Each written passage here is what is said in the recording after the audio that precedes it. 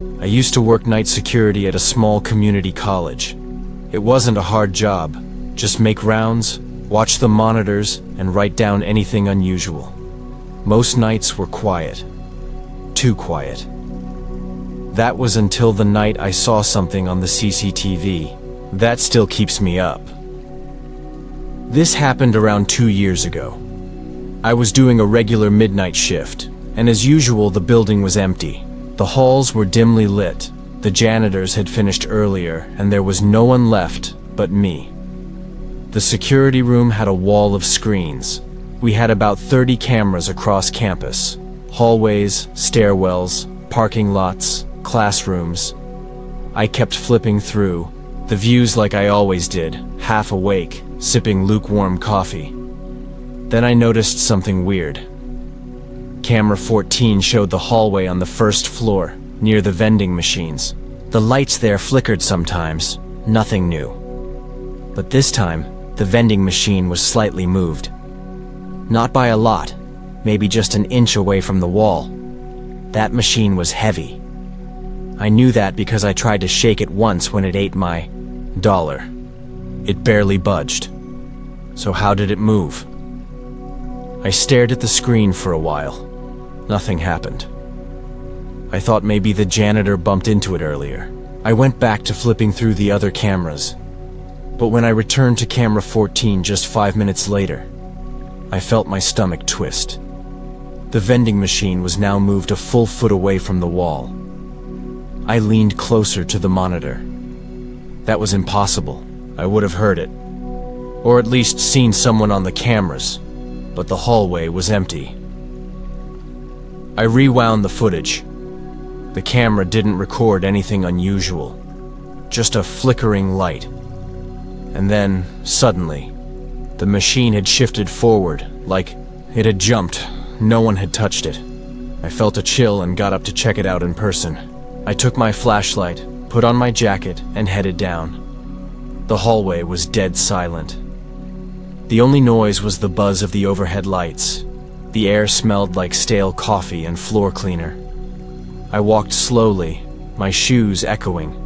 When I turned the corner, I saw it. The vending machine really was pulled away from the wall, about 1.5 feet. There were scuff marks on the floor like it had been dragged. I stood there, frozen. Then I walked behind it. That's when I saw it. There was a gap between the machine and the wall, maybe 2 feet wide. And in that space, on the ground, was a torn-up hoodie. Old, dusty, and worse. There was a half-eaten sandwich and an empty water bottle. Someone had been hiding there. I scanned the area with my flashlight. My hands were sweating. The beam of light shook as I moved it down the hall, around the corners, across the ceiling. No one. I checked the nearby stairwell, the bathroom, the storage closet. Nothing. I called campus police and reported it. They came about 20 minutes later and helped me search. But whoever had been hiding behind the machine was gone. Completely gone. They reviewed the footage too. No one ever came in or out through the front entrance. No movement in any hallway before or after. It was like he had appeared from nowhere, then vanished. For the next few nights, I didn't sleep. Every creak of the floor, every flicker of light, made me jump. I asked to switch to the day shift, but the position wasn't available. Then, a few days later, I was watching the cameras again. 2:17 a.m., camera 14. The vending machine hadn't moved again, but something caught my eye. There was a shadow, just barely visible, long, human-shaped. It passed across the wall behind the vending machine, but no one was there. It happened in under a second, but I saw it, like someone was crawling back into that space again. I rushed down with my flashlight. Nothing. No hoodie, no food, no signs of anyone. But there was a smell.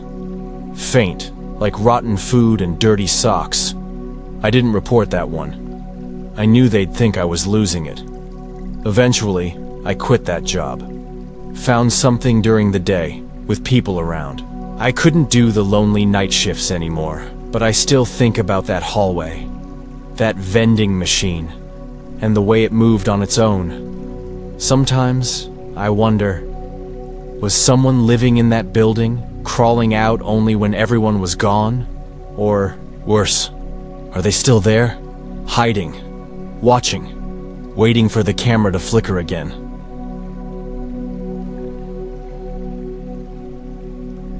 I work as a live-in dorm supervisor at a small university. My job is mostly easy. Make sure students don't cause trouble, check the CCTV every couple of hours, and respond to any alarms or emergencies. I've been doing this for over a year, and nothing strange had ever happened, until one night last fall. It was just after midnight. The dorm was mostly quiet, except for a few late-night students coming back from parties or studying. I was sitting in the security office, a small room with windows that overlooked the main hallway and screens for the CCTV cameras spread across the dorm. At first, I was scrolling through my phone, half watching the monitors. The night felt normal. The usual clatter of lockers closing, footsteps echoing softly, and the faint hum of the heater. Then I saw something odd. Camera 7 was pointed at the north stairwell entrance, a door that leads outside. On the screen, the door was opening, even though it was supposed to be locked after 11 p.m. I paused and stared at the screen. A figure slipped in. Someone wearing a dark hoodie, their face hidden in shadow. I felt my heart speed up a bit. Visitors weren't allowed after hours unless they were residents with key cards. I immediately called campus security to check the door. They said everything was locked tight and no one should have been able to get in. I kept watching the figure. On the screen, the person walked down the hallway slowly, looking around like they were searching for something, or someone. I grabbed the walkie-talkie and called the front desk to alert them. I also called my supervisor. I stayed glued to the screen, my hands trembling a little. Then, something even weirder happened. The figure stopped right outside a student's room, room 213. I know that room. It's usually empty this semester. The student moved out a week ago. The door was supposed to be locked, but the figure reached out and opened it slowly. I froze. I switched to the camera inside the hallway just outside room 213. The figure stepped inside and paused. I saw it clearly now. The person was a man. Not very tall, but his movements were slow, almost careful. Then, the door to room 213 closed behind him. I felt a cold sweat break out on my forehead. I didn't want to move. I was afraid to. I called campus security again, begging them to send someone to room 213. They said the building was empty except for residents. No reports of forced entry. I checked the footage again. The door to room 213 stayed shut. Minutes passed. Then the door opened. The man stepped out, but he wasn't alone. Behind him, I saw something that made my stomach drop. A little girl. She was maybe 6 or 7 years old, wearing a pale pink dress. Her hair was messy and she looked scared. The man was holding her hand tightly. They walked down the hallway together. I thought about calling the police, but I was afraid.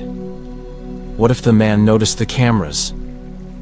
The man stopped near the elevator and looked directly at the camera. He smiled. It wasn't a friendly smile. It was slow and cold, like he knew I was watching. Then, he disappeared down the stairs.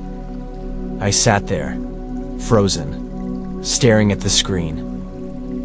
The little girl stayed behind near the elevator. Switched to the camera inside the elevator shaft. I wanted to see if she took the elevator, but the footage was blurry. The elevator door never opened. The little girl just stood there, staring at the door, her hands shaking. I blinked, and she was gone. I rewound the footage to see if she moved away. Nothing. No one came back for her. The last image was of her standing, alone, looking lost. I called campus security again. They searched the entire building. No sign of anyone. No reports of missing children. No reports of break-ins. The next morning, I checked with the campus police. They told me that no one had reported anything unusual and that the dorm was secure.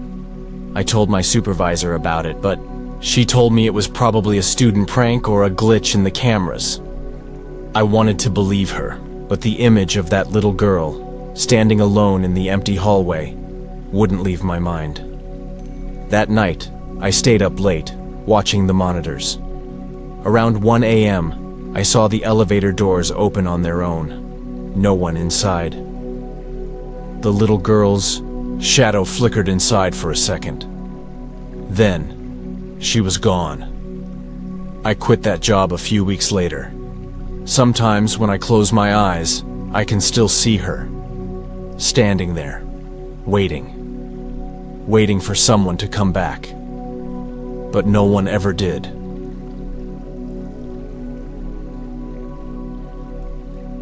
A couple of months ago, I moved into an old house with my partner. It was one of those places that looked nice from the outside but had a few quirks. One of those quirks was the basement. The basement door was always locked from the inside.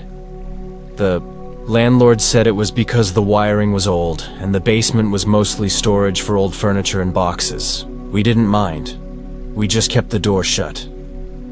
I was working from home that week, and because I was bored, I set up a couple of cheap CCTV cameras inside the house to keep an eye on things, while I took breaks or made coffee.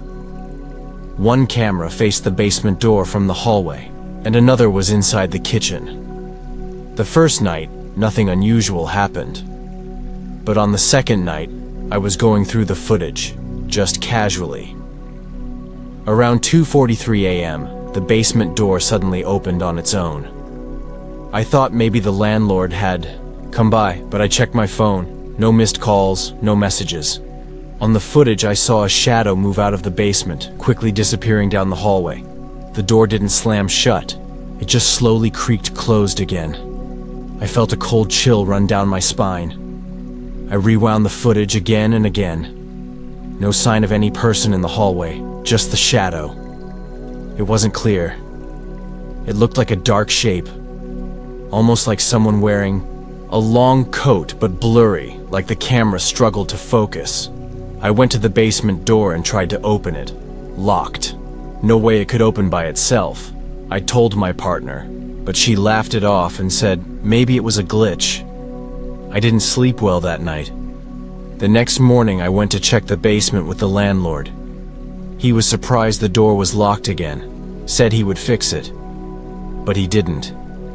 That night, I watched the monitors closely. At exactly 3:17 a.m., the basement door opened again. This time, I saw something worse. A faint figure stepped out. I blinked, rubbed my eyes. It was a man. He looked thin, with dark hair. His face was pale, almost translucent in the dim hallway light. He looked right at the camera. Then slowly, he walked down the hallway toward the front door. My heart pounded. I grabbed my phone and called the landlord again. He said he would be there in 10 minutes. I kept watching. The man passed the kitchen and the living room, almost floating, not making a sound. Then, he stopped at the front door. He reached for the handle. I held my breath. Then, the door opened. I called my partner upstairs. But before she came down, the man turned back to the camera and smiled. A cold, empty smile, and vanished. The door was still open. I ran to close it, then locked it tight. The landlord arrived, said he found no signs of forced entry. I told him what I saw. He shook his head and said the house had some history. Years ago, a man lived there who disappeared without a trace. Nobody ever found out what happened to him. I asked if anyone checked the basement. He said no one had. That night, I didn't set up the cameras. I couldn't watch anymore. But the next day, out of curiosity, I checked the footage from the cameras on my phone. There was a strange video saved automatically at 3:17 a.m. It was from the basement camera. For the first 10 seconds, it showed the empty basement. Then, suddenly, the shadowy figure appeared in the corner. He moved toward the camera slowly. His eyes looked straight into the lens. Then, the video ended abruptly. I showed the video to my partner. She didn't say much. But when I looked back at the basement door later, I swear I saw it slightly open, like someone was still there, waiting.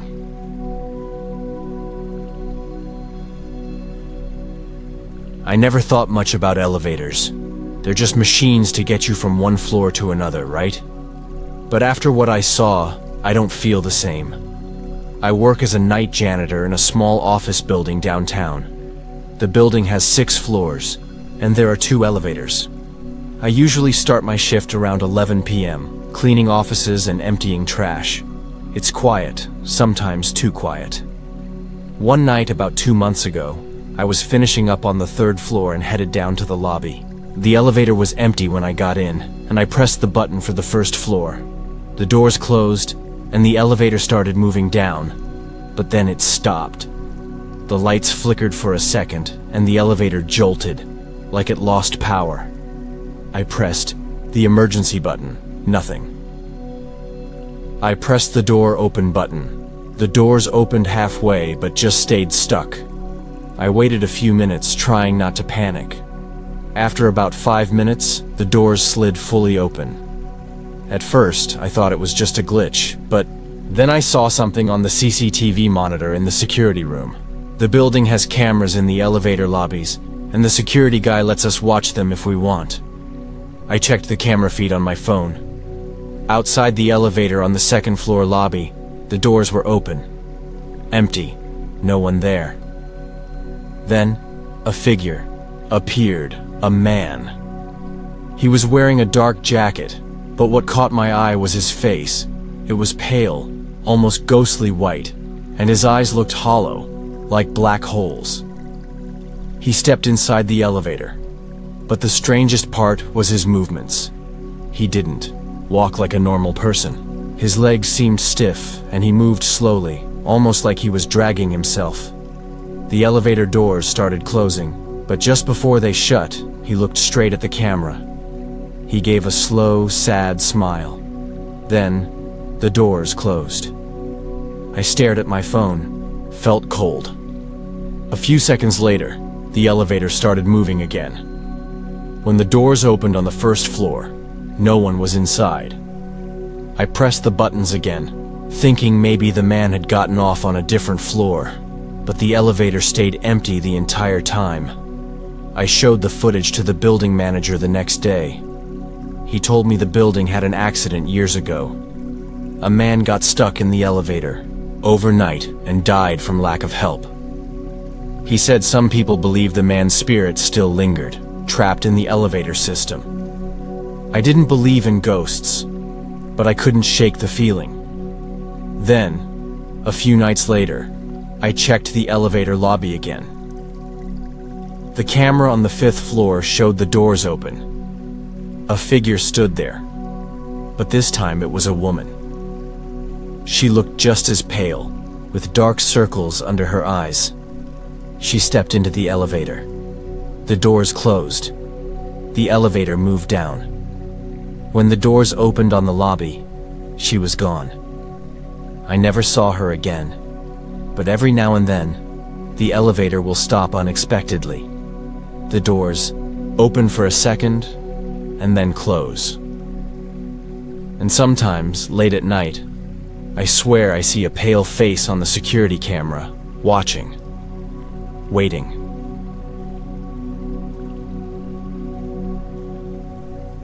I work as a technician maintaining traffic cameras for the city. My job is mostly routine, checking the cameras for damage, cleaning the lenses, and downloading footage when needed. I'm used to long nights and quiet roads. But one night, something happened that I still can't explain. It was late October, just after midnight. I was sent to check a camera on a stretch of highway outside the city. The road is pretty empty at night, with just a few cars passing by. The camera is mounted on a tall pole near an old, unused gas station. The place looks abandoned. Broken windows, faded signs, and the faint smell of gasoline lingering in the air. I parked my truck nearby and climbed the ladder to inspect the camera. It looked fine, nothing unusual. I started downloading the last 24 hours of footage to check for any glitches. As I watched the video on my tablet, everything seemed normal. Cars passing, headlights cutting through the dark. Then, about 2:15 a.m., something caught my eye. A figure appeared walking along the side of the road. At first I thought it was a hitchhiker. The person was wearing a dark jacket and jeans, walking slowly, head down. But then I noticed something strange. The figure wasn't walking normally. Their movements were stiff, jerky, like someone learning how to walk. Their arms hung awkwardly at their sides. I zoomed in to see better. The figure's face was pale and expressionless. I felt a chill run down my spine. The figure stopped in front of the gas station. They looked around, slowly, then walked inside. I had never been inside the gas station, but on the footage, I could see through the broken front window. The figure moved between the aisles of empty shelves. Then, something even stranger happened. The figure stopped in front of the camera inside the station, the security camera mounted near the ceiling. It turned and looked directly at the lens. For a long moment, the figure just stared. Then, it slowly raised a hand and pointed right at the camera. I froze. I could hear the wind rustling through the cracked window of the gas station even through the footage. Suddenly, the figure spun around and walked quickly toward the back door. They opened it and disappeared into the darkness outside. I sat there, staring at the screen. I felt like I shouldn't be alone out here. I checked my watch. It was exactly 2:18 a.m. I packed up my equipment quickly and got back in my truck. As I drove away, I glanced in the rearview mirror. In the distance, I could see the faint outline of a person standing by the gas station. But when I looked again a second later, they were gone. The next day, I checked the police records. No reports of missing people. No reports of strange activity in that area. I asked a few co-workers if they knew anything about the gas station. They said it's been abandoned for years. Some said it used to be a spot for accidents and strange sightings. But no one ever talked about anyone actually walking around there late at night. Since then, I keep thinking about that figure. I can't shake the feeling that I wasn't just watching footage, that someone, or something, was watching me back. And maybe, next time I'm out there alone, it won't just be on camera. It'll be right there.